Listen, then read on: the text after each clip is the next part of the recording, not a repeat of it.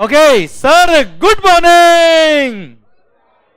चलिए सर शुरू करते हैं रजिस्ट्रेशन अंडर जीएसटी के क्वेश्चंस। सर आइए सबसे पहला आईसीआई स्टडी मटेरियल क्वेश्चंस हम देखते हैं कि सर हमको आते कि नहीं आते। Sir question number 1, examine with reasons whether registration is required under CGST Act in the following independent cases or not। बेटा बताइए इनमें रजिस्ट्रेशन करवाना है कि नहीं कराना है। And it's a very good chapter, ध्यान दीजिएगा बेटा, ऐसे क्वेश्चन एग्जाम में बनते हैं फ्रिक्वेंटली। फर्स्ट, आधव कंप्यूटर्स, आपने माधव नाम सुना होगा बेटा, यह है Adhav computers of Gujarat is providing computer maintenance service. Aggregate turnover of Adhav computer is ₹15 lakh which comprises both interstate and intrastate supply। पहली बात तो गुजरात में बेटा, तमन्नासम टीपी में नहीं बेटा, ये क्लियर सर। पर सर्विसेज से बेटा ये 20 लाख का बेनिफिट मिलेगा, पर इंटरस्टेट सप्लाई ऑफ सर्विस भी करता है बेटा ये। तो रजिस्ट्रेशन करना कंपलसरी है क्या बेटा? सर्विसेज के लिए एग्जम्पशन दे रखा है, क्लियर। और बोल दिया क्या, even if you are supplying the services interstate also, तो भी जब तक आपका threshold limit for registration cross नहीं होता तब तक आपको रजिस्ट्रेशन की जरूरत नहीं है। अरे क्लियर, डन। सेकंड, मतलब इस केस में 15 लाख रुपए टर्न हो रहे हैं, इसलिए रजिस्ट्रेशन नहीं कराना है बेटा, ऑल्दो ये इंटरस्टेट सप्लाई ऑफ सर्विस कर रहा है। यही गुड्स होता तो यही गुड्स होता, इंटरस्टेट रजिस्ट्रेशन कराना कंपलसरी होता है बेटा। Soft wings of West Bengal exclusively trading in garments supplies taxable goods to various states in India। ये goods बेचता है various states in India को, क्लियर। एग्रीगेट टर्नओवर ऑफ सॉफ्टवेयर कुछ भी वी डोंट केयर, इसको कंपलसरी रजिस्ट्रेशन करना पड़ेगा, क्योंकि as per section number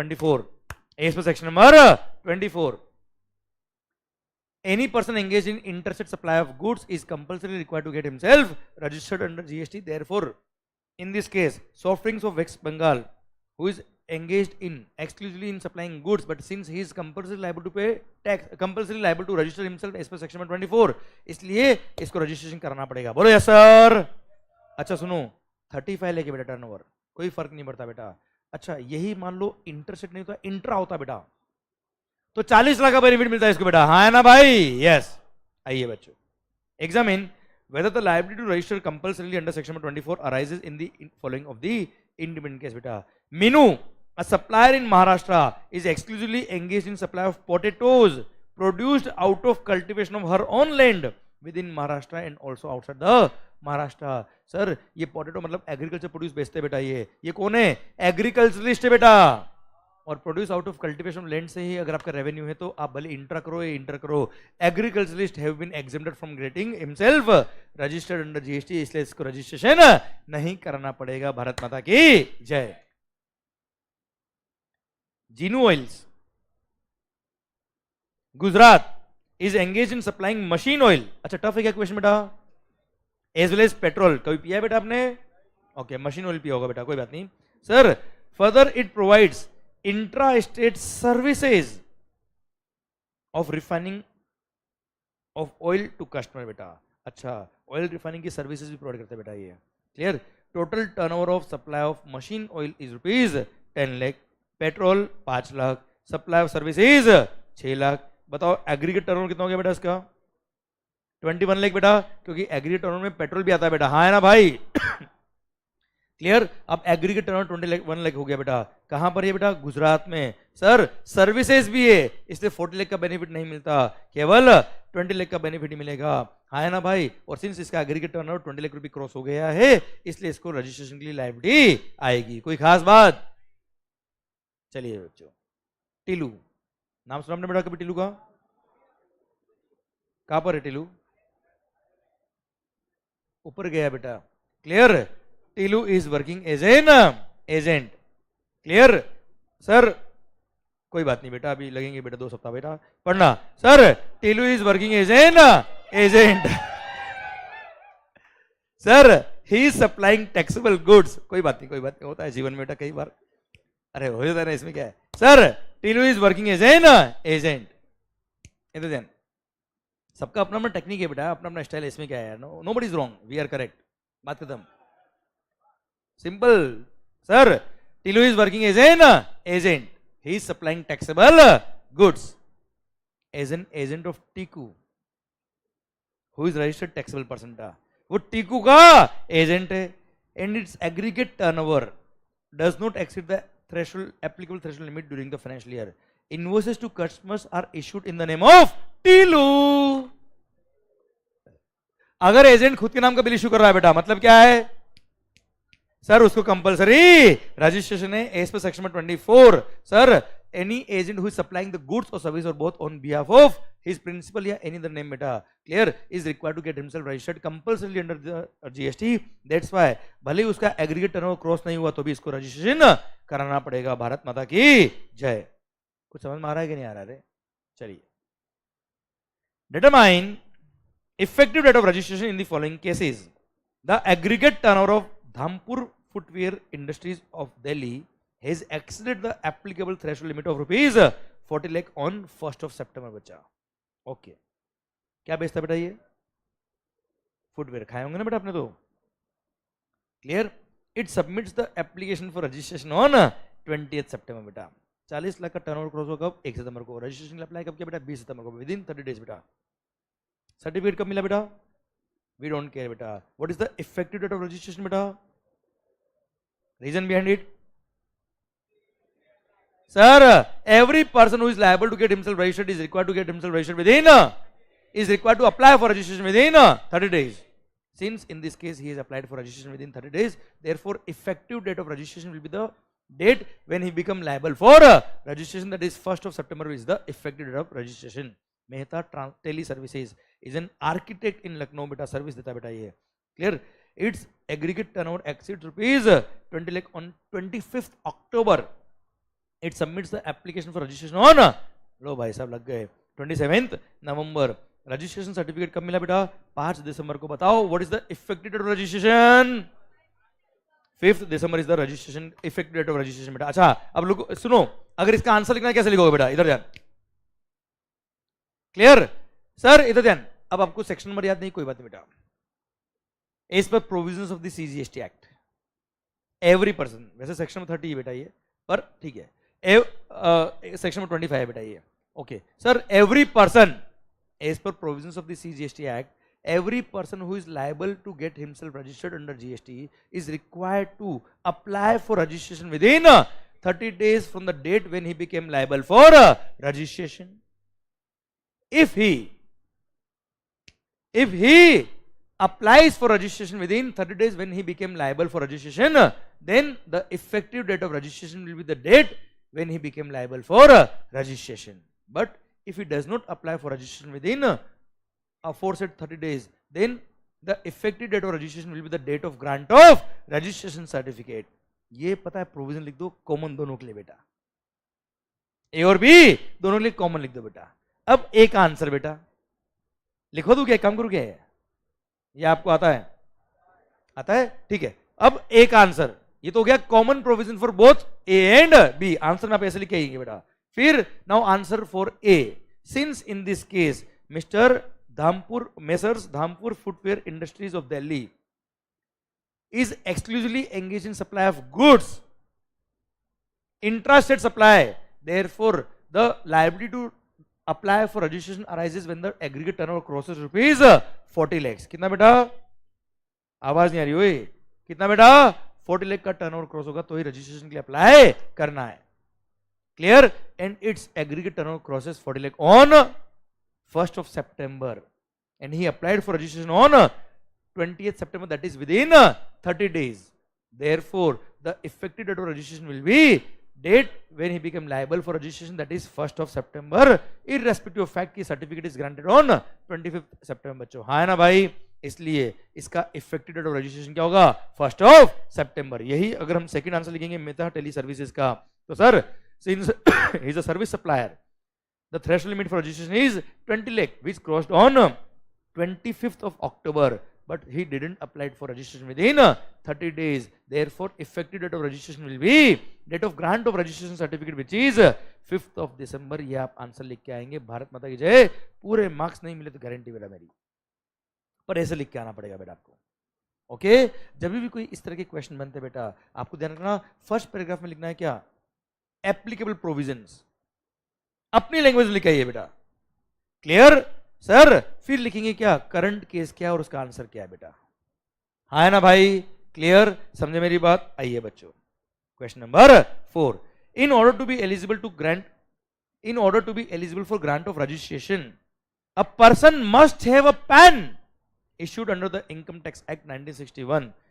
State one exception to it बेटा, पैन नंबर होना compulsory, without PAN registration number can not be granted, क्योंकि रजिस्ट्रेशन नंबर जो मिलता है, ये सब लिखना है आपको इंग्लिश में बेटा, registration number is granted on the basis of PAN number only बेटा, clear. But yes there are few exception. First sir TDS वाले थे, टीडीएस वाले अगर उनके पास पैन नंबर नहीं पर 10 नंबर इनकम टैक्स में, उसके बेस पे भी इनका रजिस्ट्रेशन हो सकता है। सेकंड वो एनआरटीपी याद है बेटा, उनके पास अगर पैन नंबर ऑब्वियसली नहीं होगा तो उनके देश का जो टैक्स आइडेंटिफिकेशन नंबर है या पासपोर्ट है उसके बेस पे भी रजिस्ट्रेशन को मिल जाता है, हाँ ना भाई। आपको एक ही लिखा ना, मैंने दोनों बता दिया बच्चे आपको। आइए, state which of the following suppliers are liable to be registered.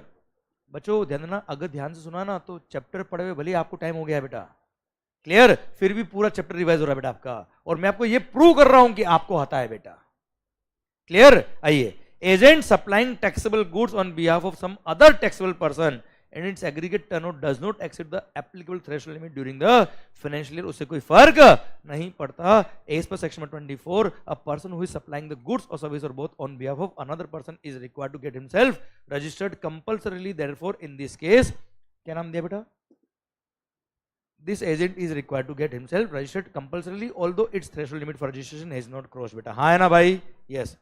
B, an agriculturalist who is only engaged in supply of produce out of cultivation land and its aggregate turnover exceed the applicable threshold limit during the financial year, बेटा कितना, कोई भी turnover limit we don't care, it has been exempted under section 23 from obtaining the registration, इसलिए इसको registration कराने की जरूरत नहीं है। आइए बच्चों, Pure Oils Delhi has supplied machine oil and high speed diesel in the month of April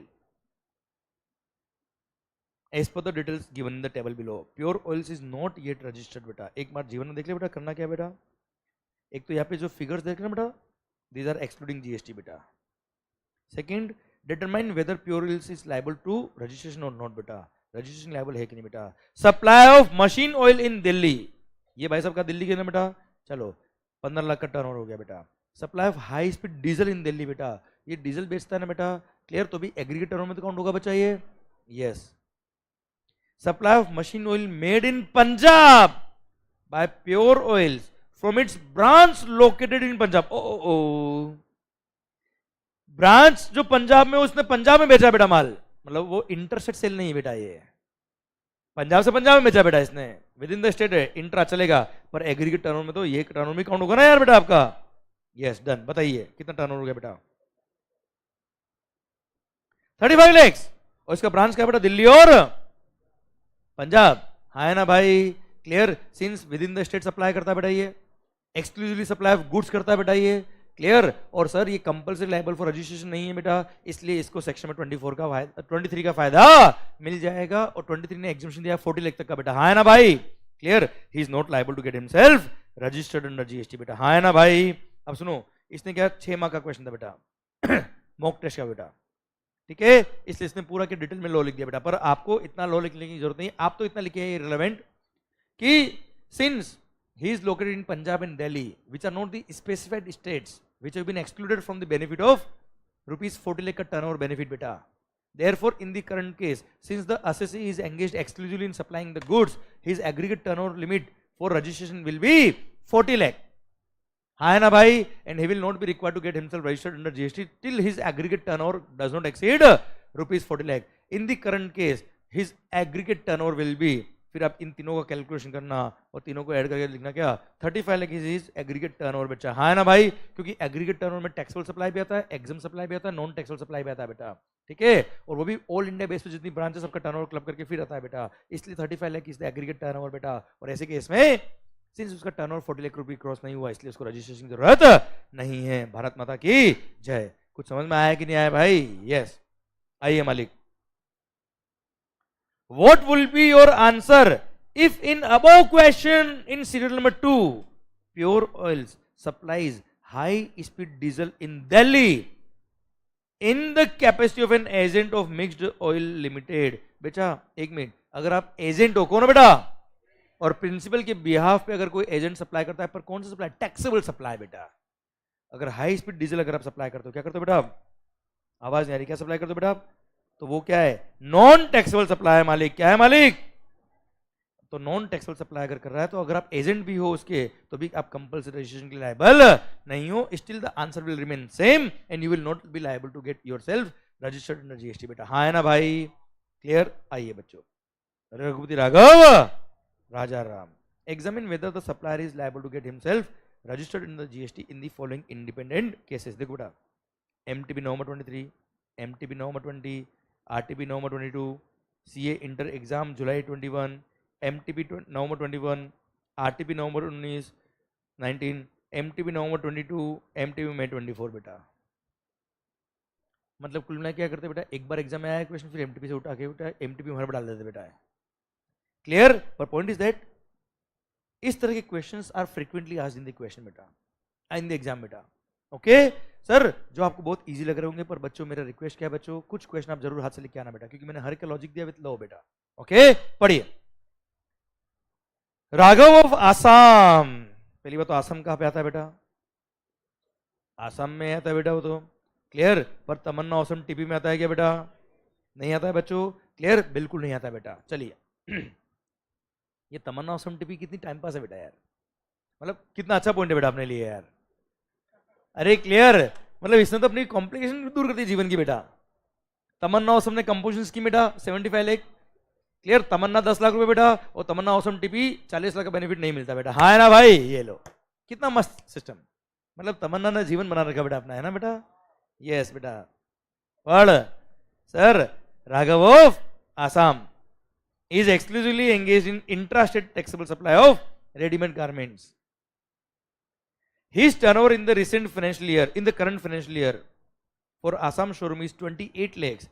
He has another showroom in Tripura with a turnover of rupees 11 lakh in the current financial year. तो aggregate turnover हो गया कितना, 39 लाख। पर since इसकी एक branch का है त्रिपुरा में, aggregate turnover limit will be 10 lakh only बेटा, वहां से भी टैक्सेबल सप्लाई करता है बेटा ये। और सिंस सर त्रिपुरा में लायबल फॉर रजिस्ट्रेशन होगा, तो आसाम में भी लायबल फॉर रजिस्ट्रेशन हो जाएगा।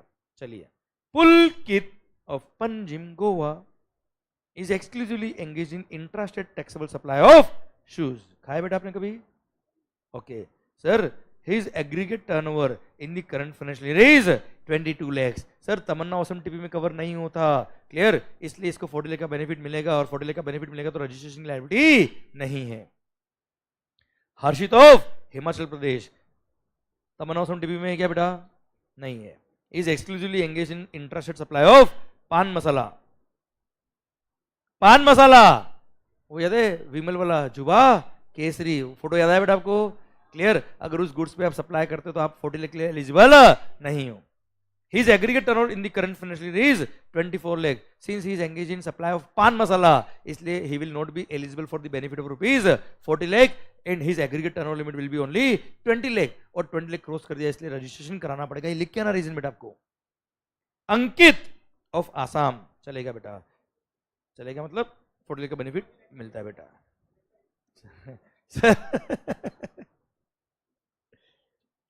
is exclusively engaged in intrastate supply of services। ओ भाई ऋषिकेश, ये सर्विसेज देता है बेटा आपको, clear. His aggregate turnover in the current financial year is 25 lakh. पहली बात तो आसाम है बेटा, उससे कोई फर्क नहीं पड़ता। सर कहा है ये, आसाम, सर्विसेज है बेटा, 20 लाख का टर्नओवर का लिमिट मिलेगा, 20 लाख क्रॉस कर दिया, रजिस्ट्रेशन कराना पड़ेगा बेटा। संचित ऑफ आसाम, संचित आज नहीं आया बेटा, ऑनलाइन अगर देख रहे हो बेटा कोई बात नहीं, आपके लिए आसाम से क्वेश्चन आया बेटा। Is engage in intrastate supply of both taxable goods and services बेटा, ये आसाम में गुड्स भी सप्लाई करता है और सर्विसेज भी सप्लाई करता है। Aggregate turnover in the current year is 30 lakh. I don't care, registration कराना पड़ेगा क्योंकि 20 लाख का ही बेनिफिट मिलेगा इसको, क्योंकि सर्विसेज भी सप्लाई करा बेटा। बोलो भारत माता की जय। टफ है क्या बेटा, चलिए देखो इन्होंने क्या किया बेटा, वो जो प्रोविजन एप्लीकेबल है ना बेटा, वो कॉमनली सबके लिए लिख दिया गया बेटा। कॉमन प्रोविजन एक साथ लिख दिया बच्चों, और उसके बाद में सबके आंसर एक एक करके टप टप टप लिखते गए बेटा। What are the advantages of taking registration under GST बेटा? Sir, registration will confer following advantages on the business बेटा. First, legally recognized as supplier of goods service बेटा. आपका legal recognition हो जाता है बेटा. Proper accounting of taxes paid on input goods and services which can be utilized for payment of GST due on supply of goods or service or both by the business. बच्चों, आपने अगर registration कराया तो purchase पे tax पे किया तो उसका क्रेडिट आपको मिलेगा, इसलिए प्रॉपर जो टैक्स पे किया उसका प्रॉपर अकाउंटिंग होगा और प्रॉपर क्रेडिट आप ले पाएंगे बेटा. Legally authorise to collect tax from his purchaser बेटा, आप कस्टमर से टैक्स ले सकते हो. You can issue tax invoice and pass on the credit of taxes paid on the goods और services supplied to the purchaser और the recipient, उनको भी क्रेडिट मिल जाएगा आपके बिल के पैसे बेटा. Become eligible to avail various other benefit and privileges rendered under GST लो बेटा. हाँ है ना, तो केवल ज्ञान बांटा बेटा, कुछ नहीं हो बेटा. हाँ है ना भाई, यस. आइए बच्चों, question number 10. Can a person without GST registration collect GST and claim ITC? जिंदगी में कभी नहीं. If a person is making taxable supply from different states with the same PAN number, can he operate with a single registration? No. Clear? Same PAN number अगर दूसरे state में है तो आपको रजिस्ट्रेशन भी अलग अलग लेना पड़ता है. 12th. अच्छा, टफ लग रहा है ना बेटा क्वेश्चंस? बहुत टफ है ना बेटा? गुड. क्या स्ट्रेस आ रहा है बेटा? ओके, यस यस, गुड बेटा, मैं समझ रहा हूं बेटा. ज्यादा स्ट्रेस रिलीज नहीं करने का, पढ़ो बेटा. Can a person, oh sir, can a person, मैं समझ रहा हूं तू क्या समझ रहा है बेटा, है ना. कैन अ पर्सन हैविंग, और वो चिक्की खाओ बेटा अब्दुल वली बेटा, और स्ट्रेस दूर करो बेटा. कैन अ पर्सन हैविंग, अरे यार अभी अभिषेक सर का लगता है तो बोलना उनको एक बार ये वाली बात. Clear? Can a person having multiple places of business in a state. बेटा इससे अच्छा तो स्ट्रेस लो ही मत ना जीवन में बेटा, वरना क्या करना पड़ेगा, समझ में आया बेटा आपको? अब पढ़ बेटा.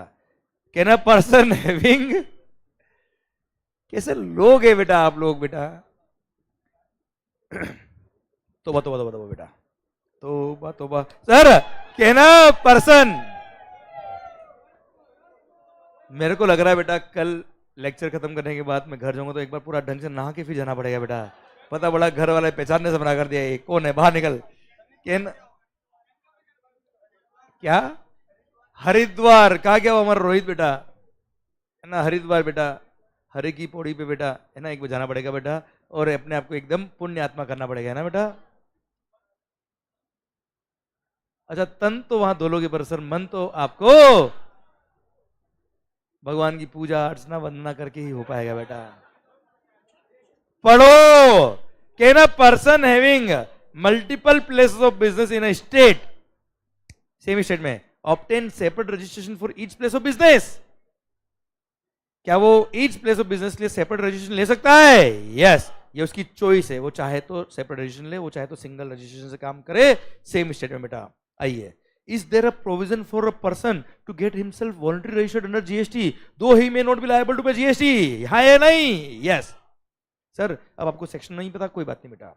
As per provisions of the CGST act, if any person who is not liable for registration under section 22 or 24 of the CGST Act, even though he may apply for registration voluntarily beta, and the date when he will get the registration certificate will be the effective date of registration.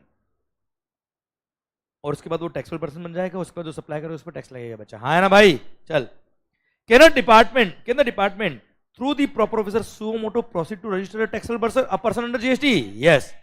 अगर आप liable for registration और आपने registration के लिए apply नहीं किया तो suo motu compulsory registration भी कर सकता है बेटा. हाँ है ना भाई? गुड. देखो इस तरह के सिंगल लाइनर क्वेश्चन एग्जाम में बहुत कम बनते हैं बेटा. ये तो स्टडी मटेरियल दे रखे बेटा, तो एसएम के क्वेश्चन तो अपने को ठीक है रिवीजन हो रहा है बेटा, क्या दिक्कत है बेटा.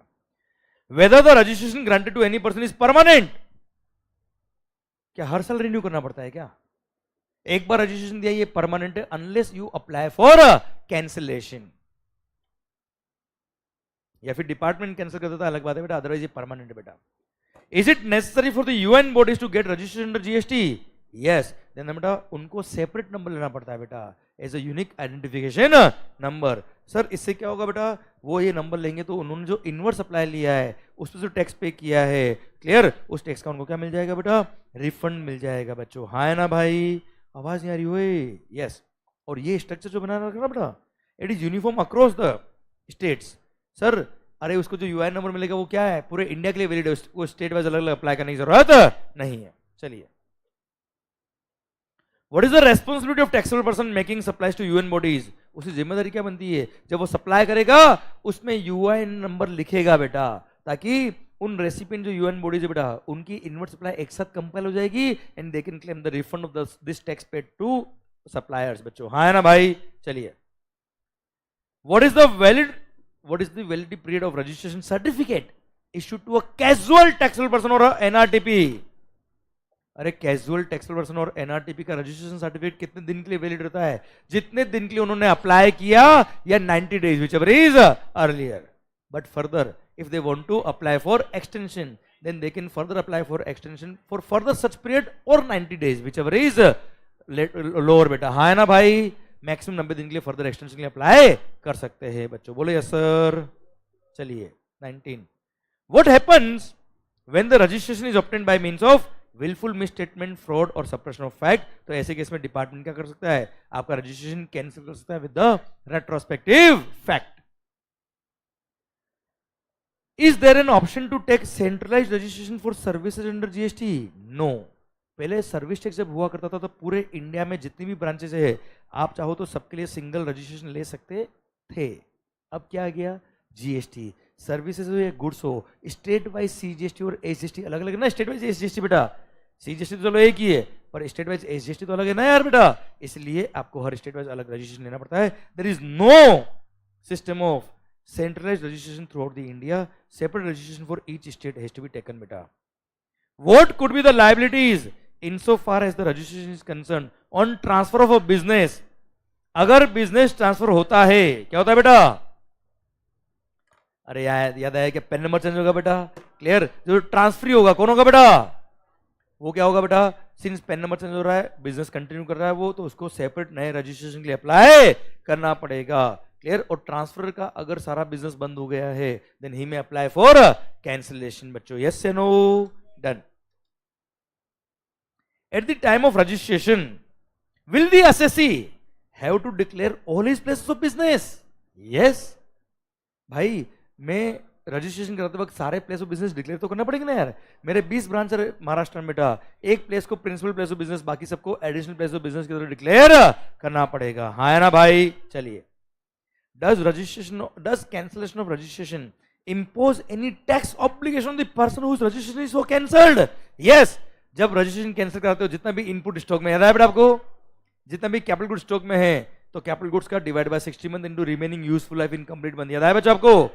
इनपुट का जो आईटीसी आपने लिया हुआ है वो, इनका जो आईटीसी बनेगा वो, ये actual tax payable on open market value of goods sold whichever is higher, इतना आपको जीएसटी पे करना पड़ता है at the time of cancellation of registration. याद है बेटा आपको, ये पूरा हमने पढ़ा था क्या आईटीसी पढ़ते वक्त बच्चों, यस या नो, डन। आइए 24th, ये तो वन लाइनर क्वेश्चन थे बेटा, केवल लॉ को रिवीजन करने के लिए बेटा। आइए आरटीपी एमटीपी एग्जाम में कैसे क्वेश्चन आते हैं देखते बेटा। सर नवंबर 23 5 मार्क का क्वेश्चन, आप देखिए जरा किसमें कितना है दम। Explain the procedure for revocation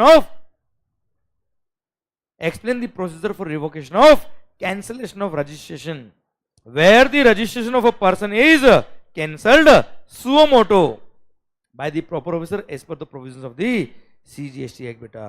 sir revocation of cancellation का तरीका क्या है बेटा, अगर ऑफिसर आपका रजिस्ट्रेशन क्या कर देता है बेटा, कैंसिल कर देता है, तो ऐसे केस में जिस दिन रजिस्ट्रेशन कैंसिल का ऑर्डर आया आपके पास बेटा, उसके 90 डेज में, याद है बेटा आपको, उसके 90 डेज में आपको क्या करना पड़ेगा। अच्छा एक सेकेंड, हाँ बेटा आपको एक सेकंड बच्चों, ओके बच्चों यहां पे ये जो क्वेश्चन दिया मैंने बेटा, ये पता नहीं गलती से कैसे रह गया या गलत टाइप हो गया, जो भी था बेटा। सर यहां पे इस क्वेश्चन के अंदर यहां पे लिखा है 30 डेज, इसको अमेंड करिए और लिखिए क्या 90 डेज बेटा।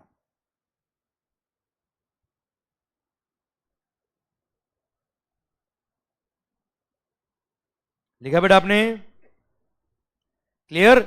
सर ये क्वेश्चन का answer where the registration of a person, देखो बेटा जीएसटी पार्ट में हमने पढ़ा था ना बच्चों, क्लियर, कैंसिलेशन ऑफ रजिस्ट्रेशन को रिवोक करने के लिए अगर आपको अप्लाई करना तो विद इन 90 डेज आपको अप्लाई करना पड़ेगा for what, revocation of cancellation of registration बेटा, ठीक है। और अगर आप लेट हो गए तो कमिश्नर के पास पावर है या ऑथराइज ऑफिसर के पास पावर है कि वो चाहे तो आपको फर्दर 180 डेज तक का टाइम और दे सकता है बेटा। पर आपको अगर रिवोकेशन ऑफ कैंसिलेशन के लिए अप्लाई करना तो पहले आधार ऑथेंटिकेशन कराना पड़ता है। क्या कराना पड़ता है बेटा आपको, आधार ऑथेंटिकेशन बेटा, हाँ है ना भाई। ये procedure for revocation of cancelled registration है बेटा, हाँ है ना भाई। अब सुनो, ये आप आंसर क्या करिए बेटा,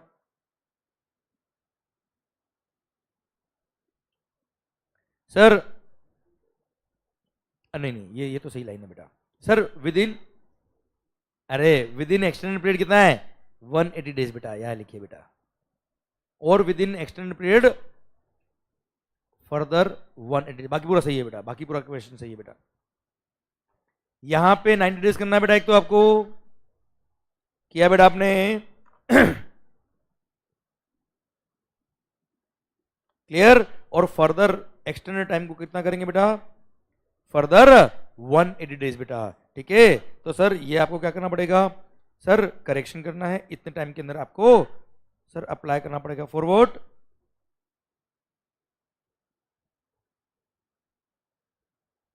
इतने में आपको अप्लाई करना पड़ेगा फॉर रिवोकेशन ऑफ कैंसिलेशन। अब सुनो, अगर आपकी एप्लीकेशन फॉर रिवोकेशन आपने दी है तो उससे पहले जितने भी, सर ध्यान देना, जो डिफॉल्ट थे वो आपको पहले रेक्टिफाई करने पड़ेंगे, उसके बाद आप रिवोकेशन के लिए अप्लाई कर सकते हो। अगर ऑफिसर इज सेटिस्फाइड तो वो ऐसे केस में विद इन 30 डेज जब आपने अप्लाई किया है वो क्या करेगा, आपके रिवोकेशन का ऑर्डर पास कर देगा। पर अगर उसको लगता है कि नहीं आपकी एप्लीकेशन क्या करनी है रिजेक्ट, तो आपको एक नोटिस इश्यू करेगा। क्या देगा बेटा आपको, और नोटिस इश्यू करके बोलेगा विद इन 7 डेज हमें रिप्लाई दीजिए बेटा। आप 7 दिन के अंदर रिप्लाई देंगे, फिर उसको लगता है कि नहीं सही है तो वो ऑर्डर पास करेगा, उसको लगता है गलत है तो वो रिजेक्ट कर देगा आपकी एप्लीकेशन, विद इन 30 डेज वो ऑर्डर पास करेगा बेटा, हाँ है ना भाई, यस।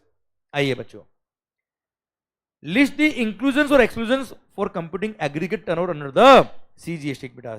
एग्रीगेट टर्नओवर की डेफिनेशन लिखनी कुल मिला के बेटा, हाँ है ना भाई। एग्रीगेट टर्नओवर में क्या क्या आता है बच्चों, aggregate turnover includes aggregate value of all taxable supplies, exempt supplies, export of goods or service or both, and interstate supply of the person having the same pen to be computed on all India basis. Clear? But turnover excludes ऐसा कोई inward supply जिसमें reverse charge में recipient की liability, वो turnover में part नहीं बनता है बेटा, क्लियर। सेकंड, जीएसटी वाले taxes and GST compensation cess, हाँ है ना भाई। चलिए कोई खास बात, आओ, state with reason whether following statement is true और फॉल्स, सच का सामना। सर सूर्यवर्धन पेज मत पलट बेटा, पढ़ ध्यान से। When the change in the constitution of the business results in change in PAN, the business entity can apply for amendment of registration in the prescribed manner within 15 days. आप मुझे बताओ, अगर बिजनेस का कॉन्स्टिट्यूशन चेंज हुआ, उसकी से pan number change हो गया बेटा, क्या रजिस्ट्रेशन अमेंडमेंट से काम हो जाएगा या नए रजिस्ट्रेशन के लिए अप्लाई करना पड़ेगा, नए रजिस्ट्रेशन के लिए अप्लाई करना पड़ेगा, क्योंकि पैन नंबर चेंज तो जिंदगी चेंज बेटा, जिंदगी चेंज तो नया जन्म बेटा, हाँ है ना भाई। और ऐसे केस में नए रजिस्ट्रेशन के लिए अप्लाई करना पड़ेगा, बोले यस सर। चलिए, अरे चेंज इन दी कॉन्स्टिट्यूशन समझते हो क्या क्या होता है बेटा, क्या पार्टनरशिप फॉर्म बन गई, क्या कंपनी या कंपनी बन गई इंडिविजुअल बेटा, याद आया बच्चों आपको। चल, state the persons who are not liable for registration as per section number 23 of the CGST बेटा। किन किन को एग्जाम किया रजिस्ट्रेशन से बेटा, फर्स्ट जो एक्सक्लूसिवली ऐसा सप्लाई करते which are exempt from GST, persons who are supplying such goods और service which are not liable to tax, फिर एग्रीकल्चरिस्ट याद है बेटा आपको, to the extent of supply of produce out of cultivation of land, फिर अगर आप केवल और केवल रिवर्स चार्ज वाला सप्लाई ही करते हो बेटा, हाँ है ना भाई, या लिख दो except metal scrap,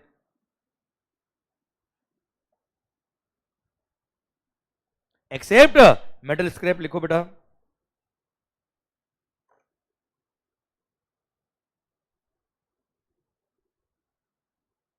except metal scrap.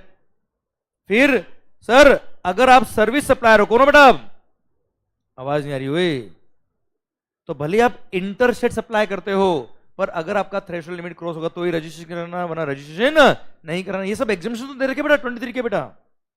फिर सर अगर आप स्पेसिफाइड हैंडीक्राफ्ट गुड सप्लाई करते हो और आप कौन हो, कैजुअल टैक्सेबल पर्सन हो, तो जब तक आपका टर्नओवर 20 लाख रुपए क्रॉस नहीं करेगा तब तक आपको रजिस्ट्रेशन की जरूरत नहीं है, और उन 4 स्टेट में 10 लाख का टर्नओवर बचा, हाँ है ना भाई। फिर interstate supply of handicraft goods ज्यादा है बेटा आपको, अगर आप इंटरस्टेट सप्लाई भी करते हो पर उन हैंडीक्राफ्ट गुड्स का बेटा, तो ऐसे केस में थ्रेशोल्ड लिमिट तक आप एग्जेम्प्ट हो रजिस्ट्रेशन के लिए बेटा। फिर ई कॉमर्स ऑपरेटर के थ्रू आप सर्विसेज सप्लाई कर रहे हो तो 20 लाख का बेनिफिट आपको मिलेगा। फिर ई कॉमर्स ऑपरेटर के थ्रू आप गुड्स भी सप्लाई कर रहे हो तो भी 20 लाख का बेनिफिट दिया है, subject to fulfilment of specified conditions, हाँ है ना भाई। क्लियर। ये सेक्शन नंबर 23 में जितने भी लोग एग्जाम किए रजिस्ट्रेशन के लिए बेटा वो सब यहाँ हमने लिख दिए बेटा। अच्छा ये सब पता है लोग कौन है बेटा, हमने एक तो 23 के साथ पढ़ते, एक 24 था ना कंपल्सरी रजिस्ट्रेशन बेटा, उसके बाद भी ये 3-4 पॉइंट पढ़ते बेटा आपने, हाँ है ना भाई। चलिए मिस्टर एलन, एलियन नहीं बेटा ये, मिस्टर एलन भाई, a non resident person wishes to provide taxable supply of goods, he has no fixed place of business और रेसिडेंस इन इंडिया, मतलब वो एनआरटीपी हो गया बेटा यहाँ पे। He seek your advice on the following aspect relating to the CGST Act. आपकी advice मांग रहा है बेटा वो। When shall he apply for registration? At least 5 days advance में before commencement of the business he need to apply for registration बेटा। बताइए question बढ़ते याद आ रहा है बेटा आपको। Second, is PAN mandatory for his registration? No. उसके देश का जो टैक्स आइडेंटिफिकेशन नंबर है या उसका वैलिड पासपोर्ट नंबर उसके बेस पे वो रजिस्ट्रेशन के लिए अप्लाई कर सकता है। What is the validity period of RC granted to him? RC मतलब रजिस्ट्रेशन सर्टिफिकेट। क्लियर, कितना टाइम पीरियड है, जितने दिन के उसने अप्लाई किया था या 90 डेज प्लस वो चाहे तो फर्दर एक्सटेंशन के लिए अप्लाई कर सकता है फॉर सच टाइम जो उसने अप्लाई किया या 90 डेज व्हिचएवर इज लोअर बेटा, हाँ है ना भाई। Yes. Will he be able to extend the validity of registration? Yes, मैंने पढ़ा दिया बेटा आपको ऑलरेडी, 90 डेज बेटा, maximum 90 days. If yes, what will be the period of extension? जितने टाइम के लिए वो अप्लाई करता है वो दिन, या 90 days whichever is lower he can apply for further extension बेटा। भारत माता की जय। आइए 29, determine with brief reasons whether the following statements are true or false, सच का सामना। registration under CGST Act can be cancelled by the proper officer if the voluntary registered person has not commenced the business within 3 months from the date of registration बेटा। ओ भाई sir ध्यान दो, अगर आपने voluntary registration कराया बेटा तो 6 महीने तक अगर आपने बिजनेस कमेंस नहीं किया तो your registration liable to be cancelled. ये स्टेटमेंट क्या है, फॉल्स है, क्योंकि यहाँ पे 3 मंथ लिखा है, 3 नहीं 6 होता है बेटा। कितना होता है बेटा, 6 मंथ्स। आइए, there is a dairy farm selling intra state milk and milk product in Delhi beta.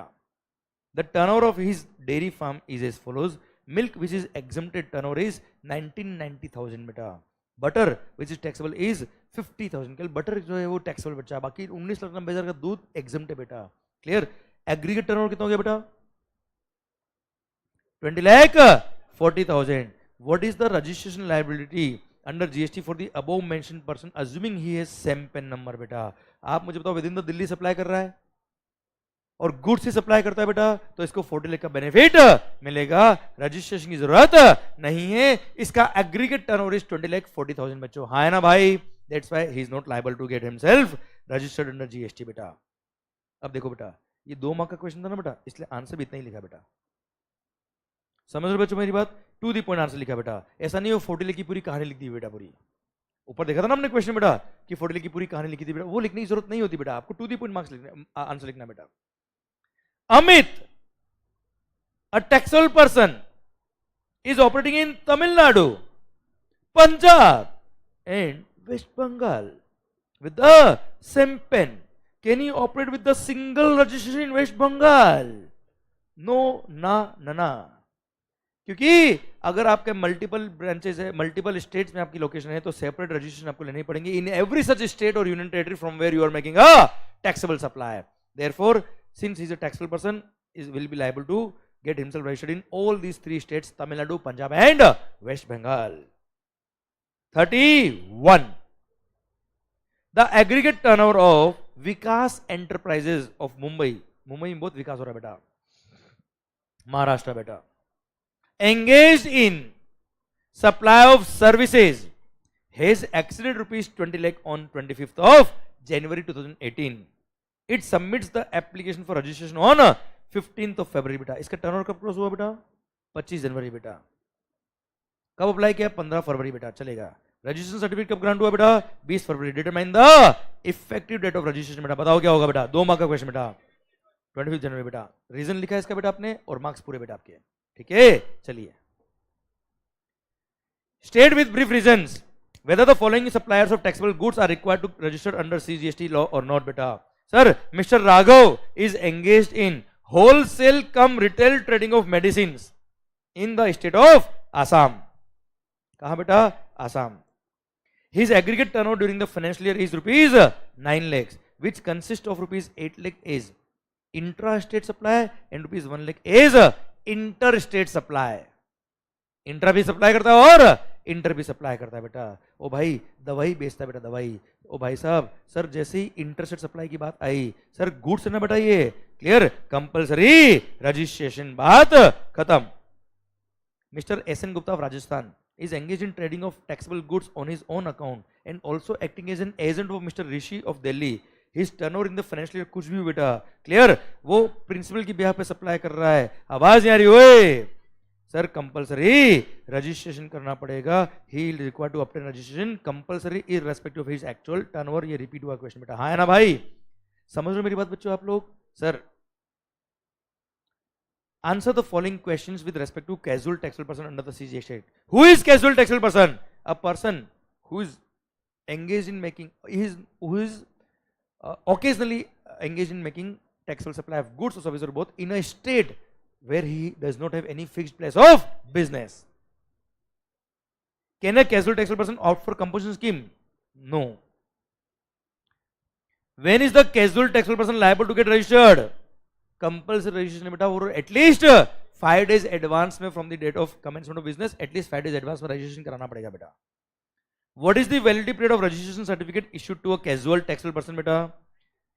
Sir जितने दिन के लिए नहीं, 90 days मैक्सिमम, जितने दिन के लिए इसने अप्लाई किया उतने दिन, या 90 days whichever is lower. क्या ये एक्सटेंड कर सकता है बेटा? यस. जितने दिन के लिए इसने अप्लाई किया वो, या 90 days whichever is लोअर के लिए एक्सटेंशन के लिए अप्लाई कर सकता है. भारत माता की जय. सेम पॉइंट हमने पढ़ा था एनआरटीपी के लिए बेटा, सेम सीटीपी के लिए बच्चों. 34th, explain the registration requirement under GST law in the following independent case बेटा. अहमद ऑफ जम्मू बेटा, होमवर्क करो ना, सेम क्वेश्चन बेटा रिपीट किया और क्या है. अरे क्लियर बता दूं क्या मैं आपको? Ahmad of Jammu engage in business of supplying तंबाकू बेटा, पढ़ाना भी हमने बेटा. एग्रीगेट टर्नओवर 24 लाख बेटा. 40 लाख का बेनिफिट नहीं मिलेगा, रजिस्ट्रेशन कराना पड़ेगा बेटा. है ना? लेप्चा ऑफ मिजोरम एंगेज, मिजोरम मतलब 10 लाख बेटा. है ना भाई? पेपर सप्लाई करता है, एग्रीगेटर में 13 लाख, रजिस्ट्रेशन कराना पड़ेगा बेटा. हाँ है ना भाई? क्या आपका आंसर अलग होगा अगर Lepcha is located in Meghalaya है बेटा? यस, आंसर मार्क चेंज होगा क्योंकि मेघालय में 20 लाख का बेनिफिट मिलता है बच्चों. हाँ है ना भाई? रजिस्ट्रेशन नहीं कराना पड़ेगा इसको. कोई खास बात है क्या? चलो इसको 35 के लिए होमवर्क. सेम पॉइंट है बेटा, और क्या, नाम हम चेंज करके दे रहे. पढ़िए 36. Under the provisions of section number 29 subsection 1 read with rule number 21A of the CGST rules related to suspension of registration.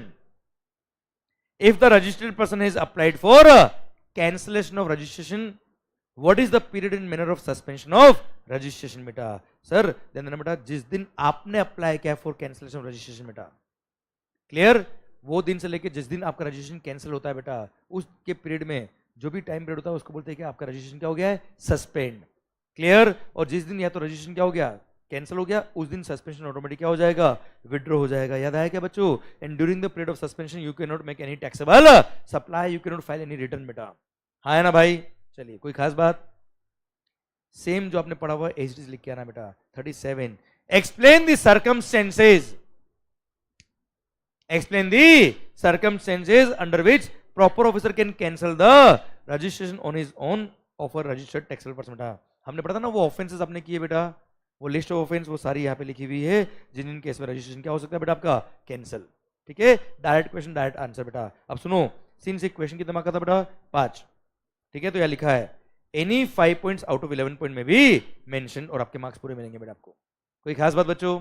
चलिए 38 P Limited, a registered person provided following information for the month of October 2020. Intra-state outward supply 8 lakhs, interstate exempt outward supply, एक minute पहले देख लो last में जीवन में करना क्या बेटा आपने को। Explain the meaning of aggregate turnover, ठीक है साहब। Compute the aggregate turnover of P Limited for the month of October, assuming all amounts are exclusive taxes बेटा। GST is payable on reverse charge for GTA service बेटा।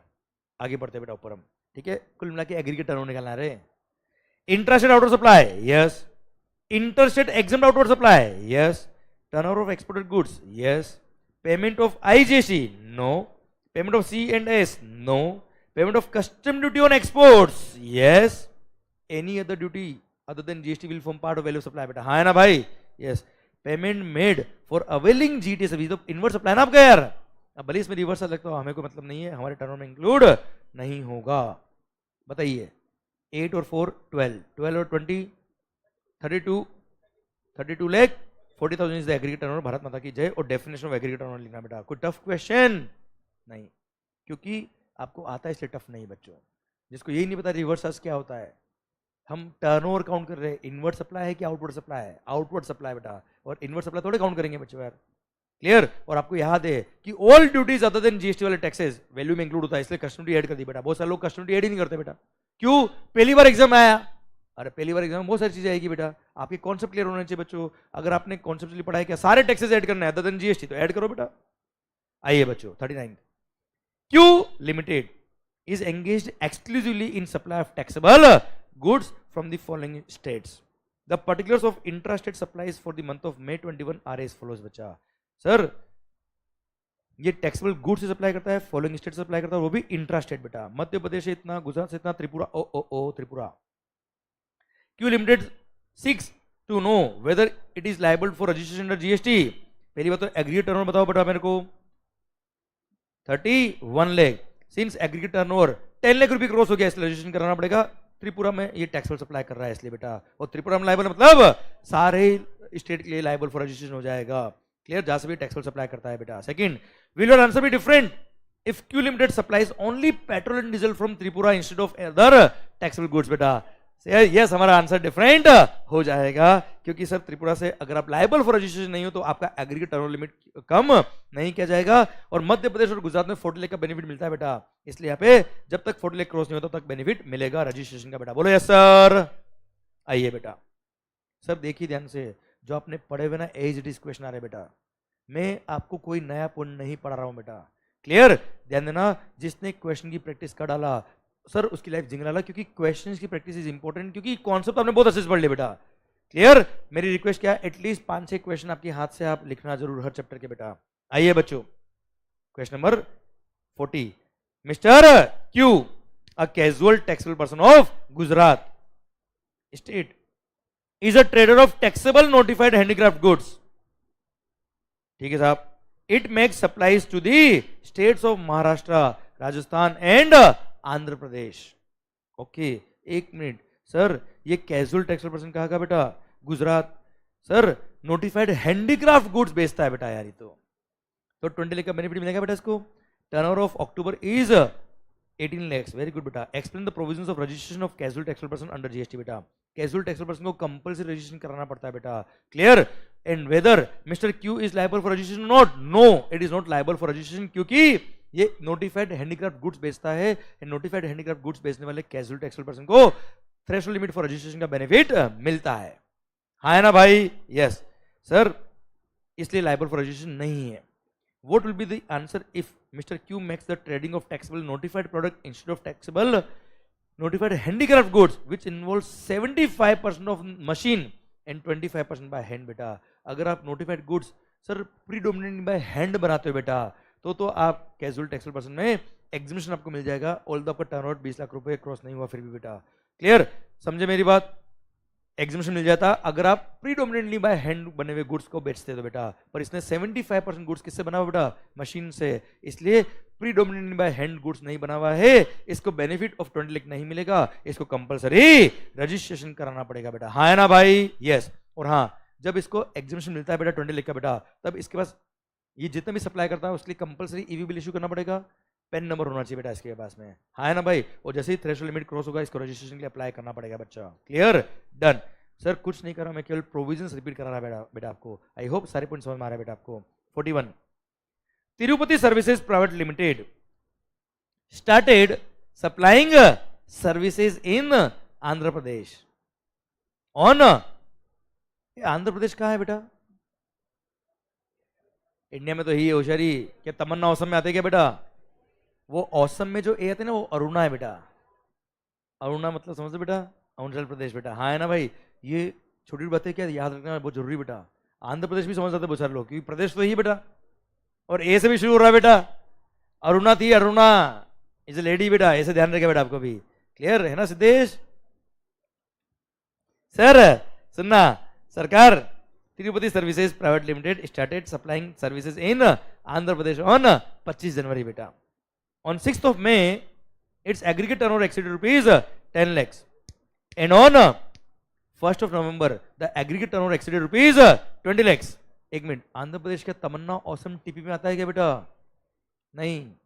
Clear, it applied for registration on 28th of November। अच्छा एक minute और, पहली बात तो तमन्ना awesome TP में आया या ना आया बेटा? सर्विसेज है बेटा, 40 लाख का बेनिफिट नहीं मिलता है, 20 लाख का बेनिफिट मिलता है। टर्नओवर कब क्रॉस हुआ बेटा इसका? 1 नवंबर को बेटा। अप्लाई कब किया? 28 नवंबर को किया। विद इन 30 डेज अप्लाई कर दिया क्या? Yes. And is granted registration certificate on 5 December. Examine the effective date of registration क्या होगा बेटा? 1 नवंबर बेटा। रिपीट हुआ कि नहीं हुआ बेटा? अरे क्लियर। चलिए 42 determine the effective date of registration, लिखिए होमवर्क। रिपीट अगेन बेटा, ओके। चलिए 43 mister Akash Malhotra of Gujarat often participates in jewelry exhibition at trade fair in Delhi which is organized every year in the month of February बेटा। फरवरी में क्या होता है बेटा? Valentine day आता है ना बच्चा, तो ज्वेलरी एग्जीबिशन करता है। ये कहाँ पे बेटा? ज्वेलरी एग्जीबिशन होता है दिल्ली में, ये वहां जाके पार्टिसिपेट करता है बेटा। कहाँ का बेटा? ये Gujarat. The mister Akash Malhotra applied for registration in January बेटा, ठीक है। The proper officer demanded an advance deposit of tax in an amount equivalent to the estimated tax liability of Mr. Akash Malhotra। क्या सही बोल रहा है क्या बेटा ये? Yes. You are required to examine whether any advance tax is to be paid by Mr. Akash Malhotra at the time of obtaining registration। Yes. क्योंकि casual taxable person को at the time of applying for registration sir at least 5 days advance में from the date of commencement of business उसको registration के लिए apply करना पड़ता है, plus estimated net tax liability उसको पे करनी पड़ती है at the time of applying the registration. इसलिए the intention of the department is absolutely correct and sir the way he is asking for the advance deposit is correct, हाँ है ना भाई? Yes. और ध्यान रखना बेटा, अगर ये फर्दर एक्सटेंशन के लिए अप्लाई करता है तो जब ये एक्सटेंशन के लिए अप्लाई करेगा तो मैक्सिमम 90 डेज के लिए एक्सटेंशन हो सकता है बेटा, पर उस टाइम पे भी इसको एस्टिमेटेड टैक्स लायबिलिटी एडवांस में और पे करनी पड़ेगी फॉर सच एक्सटेंडेड पीरियड बेटा, हाँ है ना भाई? कोई खास बात? चलो 44 बी एंटरप्राइजेज